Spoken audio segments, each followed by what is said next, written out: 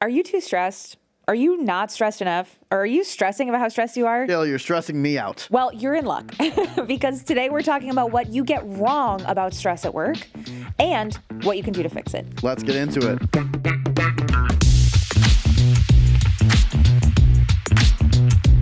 Kaila, I got some breaking news for you. What's that? We're stressed the fuck out. Yep, it's So let me give you some stats that I think will genuinely blow your mind and make you very sad. Okay. The APA announced in 2024 that almost half of Americans feel anxious, 43%, which, for context, is up from 37% in 2023 and 32% in 2022. So in 2 years, we've jumped almost 11 percentage points up in general feelings of stress. Who are the 50% that aren't feeling anxious? I don't That's know. my question. We got to talk to them. I put myself maybe in that bucket. Okay, that's at the societal level. Now let's zoom in on the workplace level. WorkHuman did a survey of 1,000 full-time employees.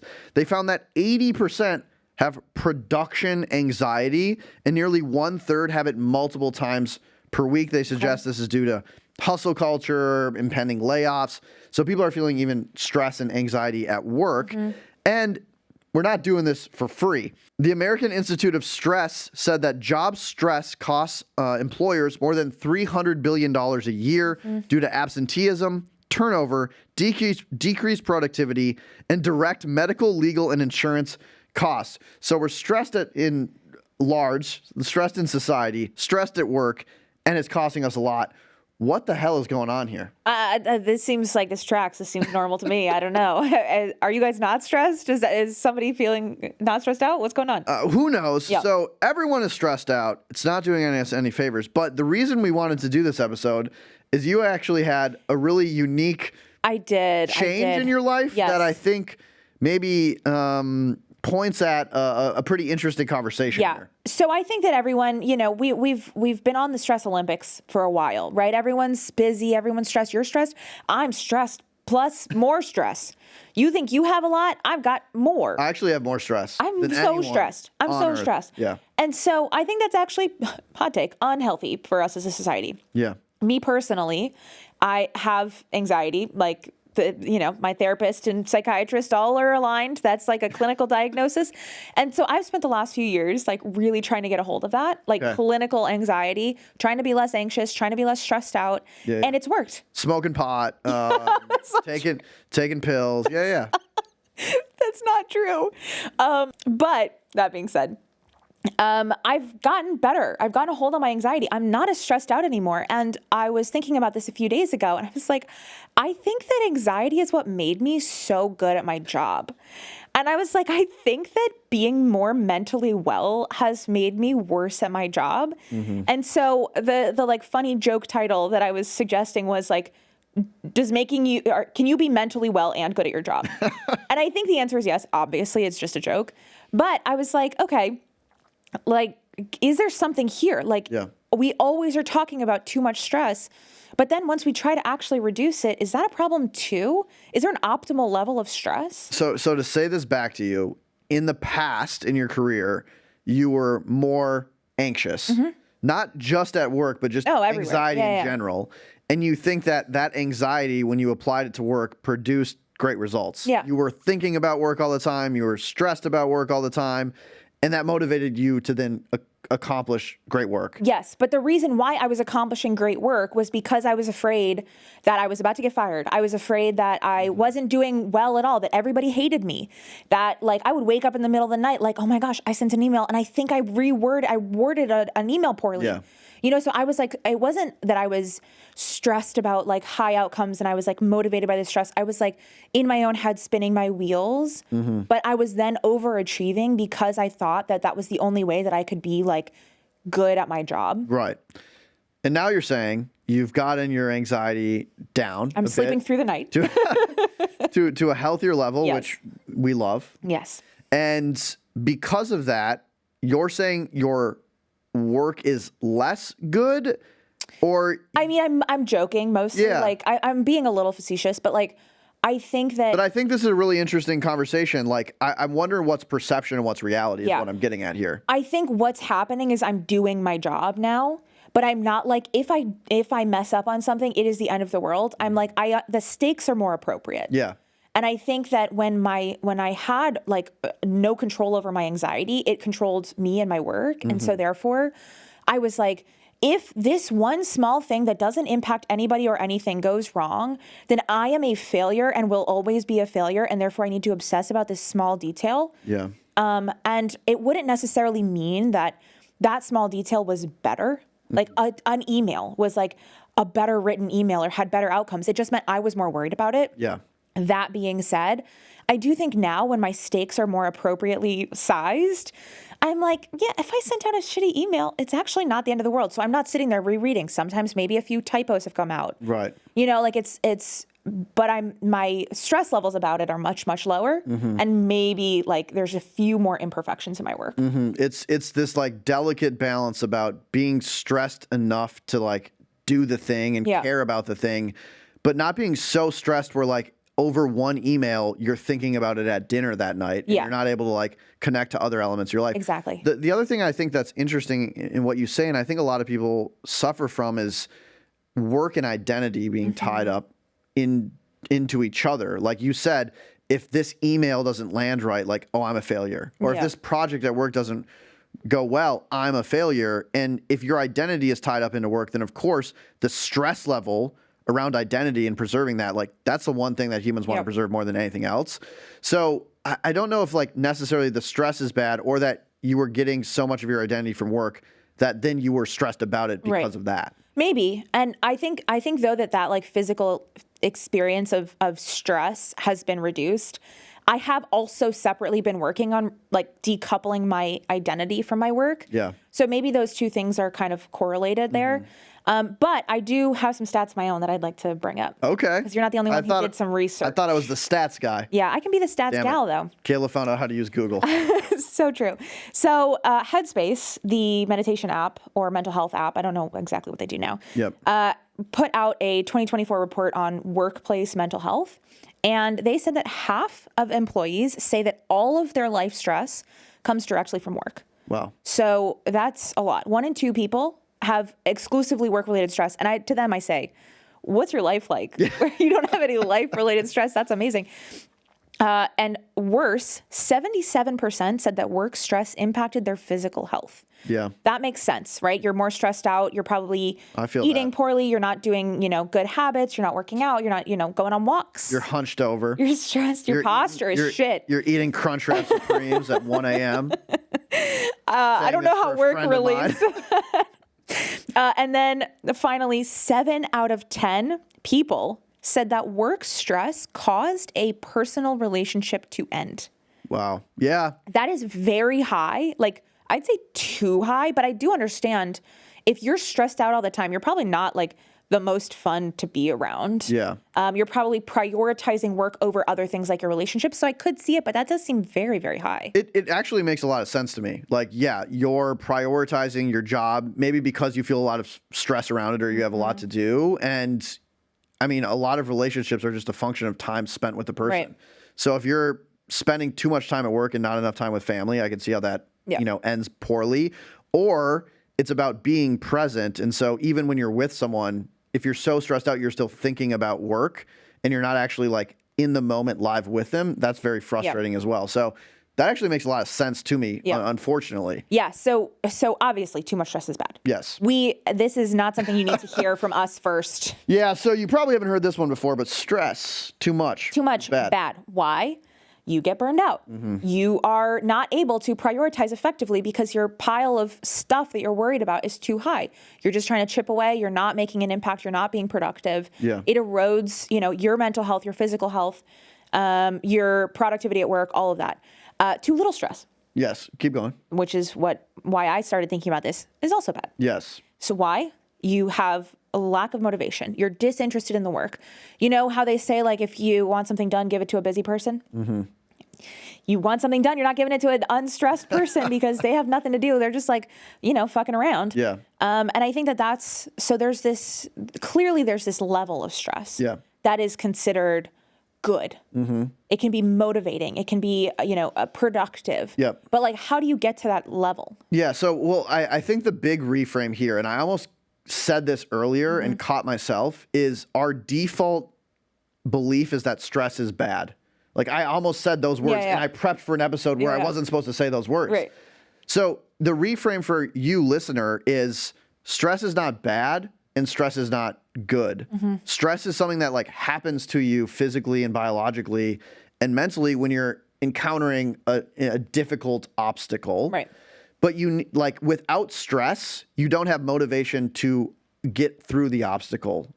But with, again, to your point, with too much stress, you're like shut down, you're overwhelmed, and you don't perform well as you can. So there is this thing called the Eustress Curve or the Yerk-Dodson curve, and which basically is stress and performance. So stress is on your x-axis, performance is on your y. And if you have too little stress, you don't perform well because you're not motivated. Like if you were going into like game 7 of the NBA finals and you're like, whatever, it doesn't matter. Like that's not good.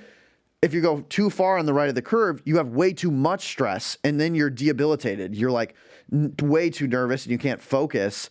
But in the middle is the right amount of stress that allows you to achieve peak performance. And so if you're not familiar with the Eustress curve, like that is EU stress. That's a really great thing to investigate. Yeah. And when you think about stress, it's not about eliminating all stress, which I think is most people's default. Like I'm too stressed, eliminate all stress. It's about finding the right amount of stress to achieve the outcome that you want. Yeah, I agree. So this is something that we both, I think, learned from Alex Auerbach, who was the performance coach for some NBA. The Toronto Raptors.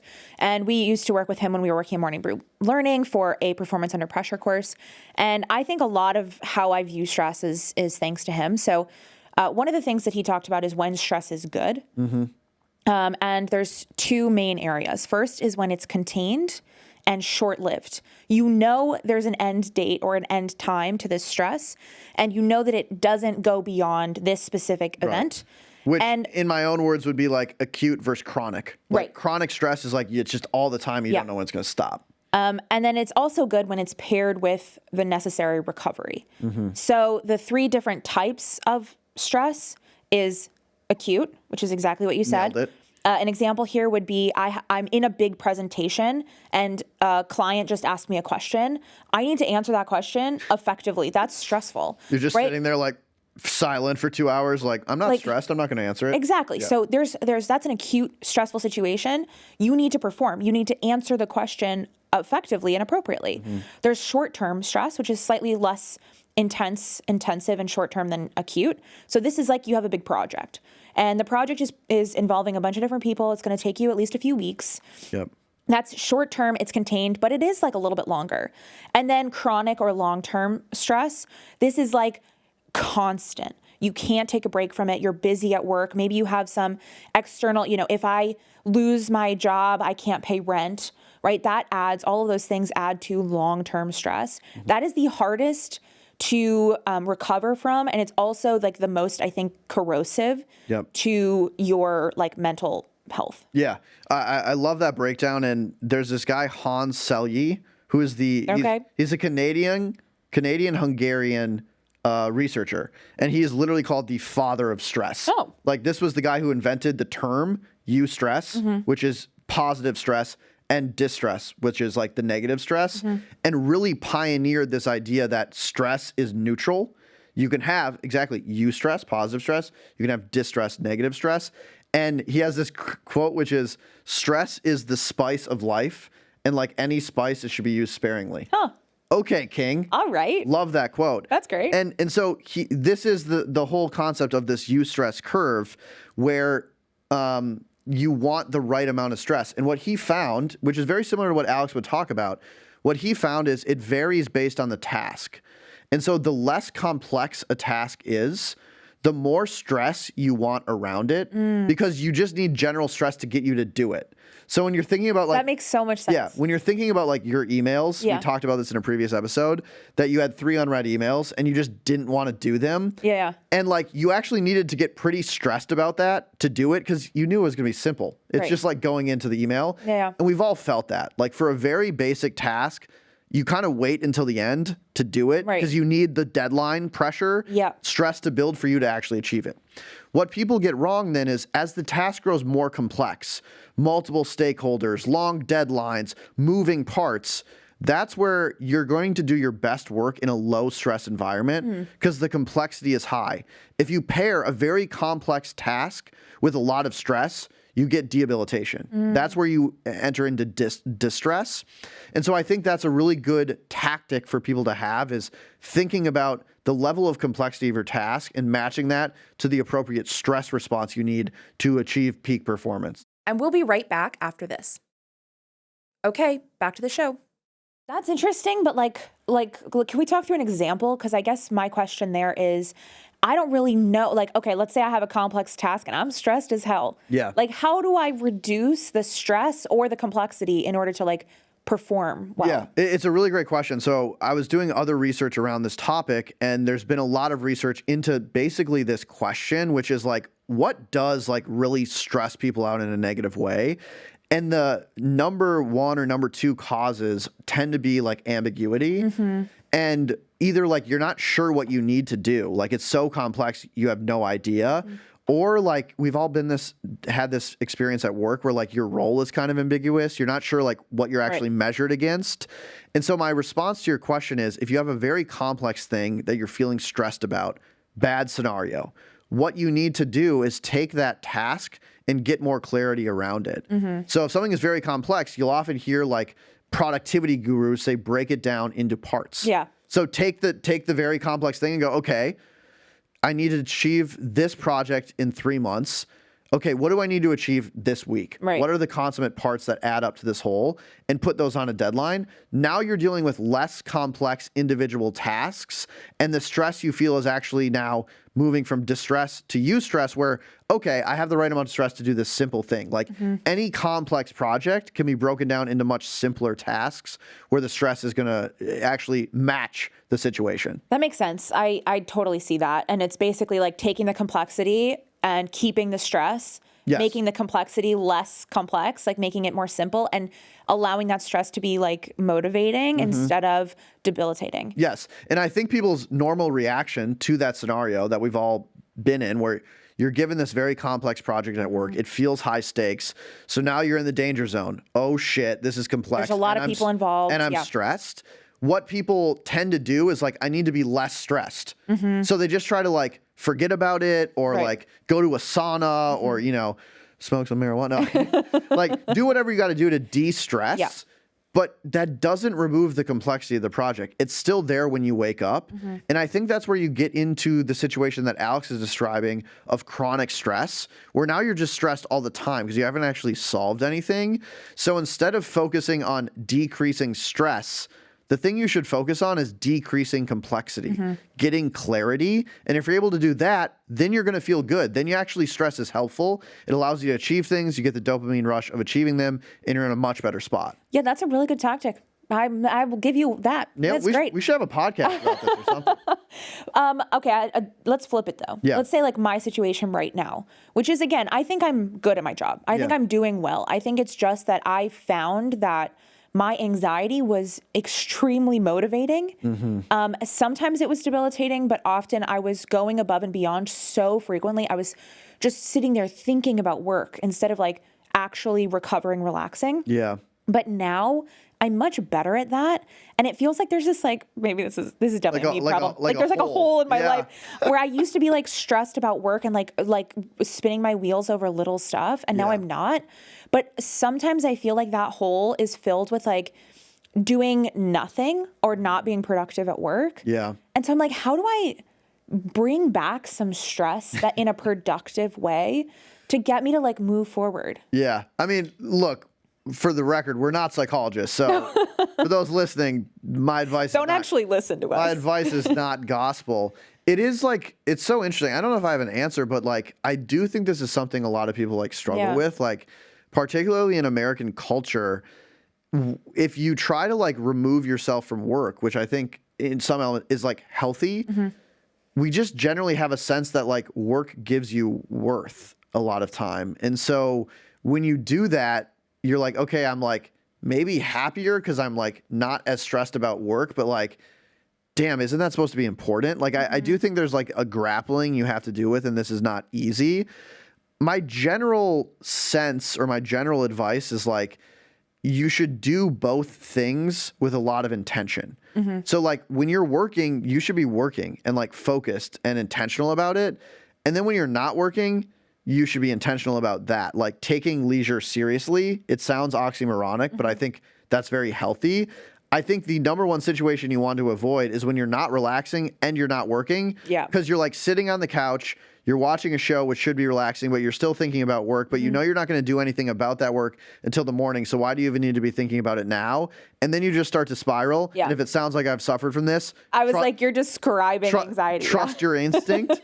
Like that is a situation in which you want to avoid. And that's something I'm working on personally, is just like still caring about work just as much. But if I know I'm not going to be able to do anything about it, not worrying about it until the time comes where I can do something about it. Yeah. And I think this is actually a really good point that is unlocking something for me, which is that like, I think I cared about work so much. And the only way that I could remove some of that anxiety from work was to care less.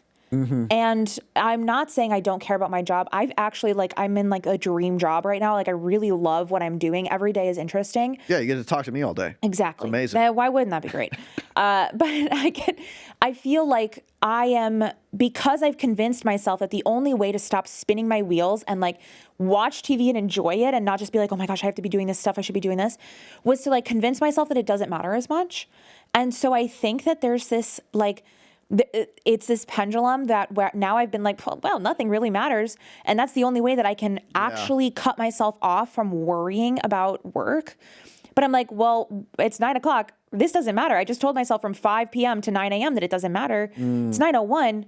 Does it matter again? Like how am I supposed to, it's very hard for me to like turn that back on. Yeah. After I've convinced myself that it doesn't matter, you should go like bake bread for the first time, like, so it's really, it's tough. Yeah. I think that's a great breakdown. Like it is, I mean, this is getting philosophical, but like so much of life is like contradictory, but it is like work matters, but you need to know when it doesn't and just like be at peace with that and like take leisure seriously. Like we were saying before, I mean, I think looking at examples, like if you do want to perform very well at your job, but you also want to take recovery like seriously, I think looking at examples in sports, which is like LeBron sleeps like 13 hours a day. Really? Yeah, like takes naps. Like That's crazy. He has $1 million to spend on his body like every year. So we're not like LeBron here. Yeah. But there's like lessons you can take, which is just like if you're not working, then actually doing a, quote unquote, like aggressive rest and recovery is really helpful instead of just like spending all day like thinking about it and not really relaxing, but not really working. Again, that is what you want to avoid. Yeah, I think that makes sense. One of my tactics here was invest in recovery, which I think is important, but it also allows you to then turn it back on the next, day or week or whatever. And something we talked about, it was like probably months ago now. Okay. Was this idea that work comes in seasons. Yeah. And that not every single day has to be like hashtag grind set, working your ass off 12-hour days for 6 days a week. Like sometimes that is required. Like in those periods of short-term stress. Yeah. You do need to be on, right? And that does mean maybe sometimes some of your boundaries are broken or tested. You're working harder. You're putting in the time. You are stressed. You are sitting there spinning your wheels about this. But then that's not always. And if that is always, that's when it turns into long-term chronic stress. Yeah. There's going to be times of rest and recovery and allowing yourself to turn off a little bit when it comes to work and having that season of recovery, even if it's 2 days, even if it's a week, just allowing yourself to be like, I'm doing the bare minimum right now because I know that eventually I'm going to have to go back on. And if I'm not like rested and prepared, I'm not going to be that as effective during those seasons. I hate to use a basketball metaphor again, but the superstar athletes, like you don't play every regular season game. You sit games out because you know what matters, and that's the playoffs. Right. And you need to be locked in when that comes. So it's called a season. There literally is seasons to that. Like the regular season is important, but it's not the end goal. So you need to like manage your time well. So when you do need to perform, you're rested and recovered. So finding out your seasons, as you're saying, I think is really, really good advice. I think my tactics, which This actually been a very lovely conversation. I shouldn't have said actually, because Yeah, what the hell was that? all the conversations are lovely on this podcast, but like, I think this is just something that you've suffered from, I've suffered from. Like, I would be hard pressed to find a human on earth that isn't grappling with this stuff. And so what I've done that's worked for me in my life, the first is clarity. We talked about how like ambiguity is actually the killer and complexity is actually like the killer. It's not stress. And so you just need to get clarity on like what you're actually measured against for your job, because if you have no idea, that feels very overwhelming, because now there's 100 things you have to care about and you're not sure what is good enough. Getting clarity on like what is actually expected of me. What are the most important things I can do in my job? And then only focusing on those and letting the other shit just like go. Like, it's actually not a good use of your time. That's so important. So clarity, key to feeling, you know, that you can perform at work and feeling less stressed. The second thing I put is like taking work seriously, but taking leisure seriously. So viewing them as like the yin and yang. You need them both, and you should be serious about both of them in order to get better results and have better mental health, have better physical health. The other thing I really like is like deadlines and like, or like timing mechanisms like Pomodoro technique. That's one way where you can actually like increase the stress to the right amount. So Pomodoro is really effective for like non-complex tasks that you could do in a second, but you need the stress to get to a level to force you to do them. Well, you put a timer on, okay, all of a sudden. Yeah, the Pomodoro is basically saying you have 25 minutes on, 5 minutes off. Yes. And it's a little timer that'll be like, you have 16 minutes left, and then it goes ding, and then you get 5 minutes to like look on your phone or look outside or something. Exactly. So what that does is for non-complex tasks, you rip through your to-do list because, oh, now I have 25 minutes. Like, I've increased the stress level And it's acute. appropriately. It's short term. Exactly. The other thing is sleep. How many times has it been like 10 p.m. in your life and you're like, holy shit, like I'm so screwed. This project's terrible. I'm not doing enough. And then you just go to sleep and you wake up at 8 a.m. and you're like, wait, everything's great. Like, so much of it's just literally in your head, and like sleep on any big decision, because you'll often wake up with the exact opposite mindset that you had at night and more clarity. And then the last thing is like reframing. I think you'll be more successful if you could reframe stress as neutral.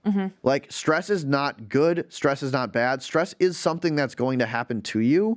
And you can either find a way to make it eustress and positive, or you can find a way to make it distressful and terrible. And like using these tactics, you want to shift more of your time to eustress, the good part of stress that allows you to achieve what you want to achieve and recover appropriately. Yeah, and that makes it sound like it is basically mindset, right? It's how you think about it. And I actually have one final anecdote before we go to our last segment, which I'm very excited to introduce. Yes. So we have been talking a lot about long form YouTube videos as something that we wanted to work on. And God, people used to fight wars, and here we are talking about long form YouTube videos. This, I think, is a perfect example of like how my stress levels have kind of impacted work. So I have been like pretty chill recently. And I've had this outline just sitting in my to-do list for 3 weeks, 4 weeks. Yep. And basically, finally, Kyle was like, hey, so like, what's going on with this? And I'm like, well, I haven't even opened it. Haven't done it once. Like, it's not like I've never had time. I'm not like crazy busy. I'm busy. Yeah. But like, there's been an afternoon that I could have like not, been getting to inbox zero, and I could have just been working on this. Right. And so I was like, oh my gosh, like this is where the lack of stress, I'm not feeling motivated. So we gave me a deadline, right? And like, it's like by this Friday, I have to have the outline and some of the script done. And that has actually worked. Like, I've already been working on it now. It's like halfway done now. So it's one of those things where if you are overstressed, you're at the bad end of the Eustress curve. Figure out how to reduce, how to recover, how to make that long-term stress short-term, contain it. If you're on the other side, sometimes use those same techniques in the opposite direction. So create deadlines for yourself. Manufacture positive stress. And I think that can help you get into that like better part of the curve where you're a little stressed, but your performance is high.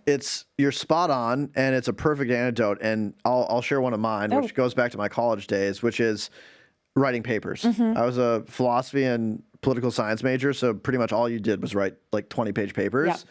And I would do the stupid thing where I would not give myself a deadline. I didn't increase my stress in any sort of way to get me to motivate myself to do it until I literally had 8 hours until it was due. So it was do or die time. And then I would spend all night writing a paper, absolutely miserable, drinking 8 Red Bulls, not even producing great work, just getting it done.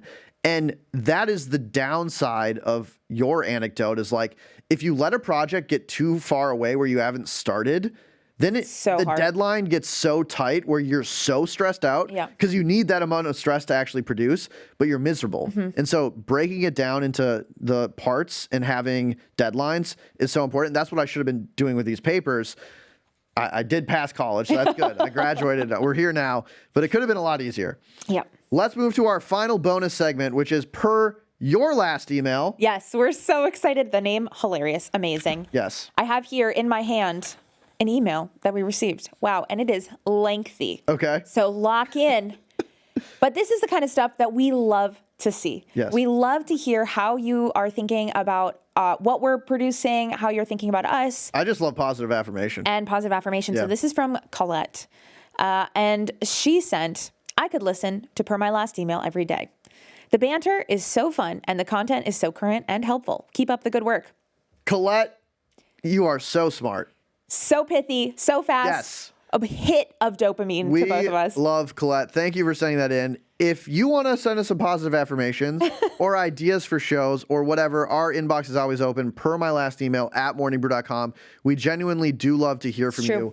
In addition, please, if you've listened to one episode, if you've used a tactic, if you've sent this to a friend and now they think you're super cool, rate us on Spotify 5 stars, leave a review there. It does help grow the show. That's our ultimate goal. So that would be well appreciated. Thank you for listening to this episode. Hopefully it stressed you out just the right amount. Enough.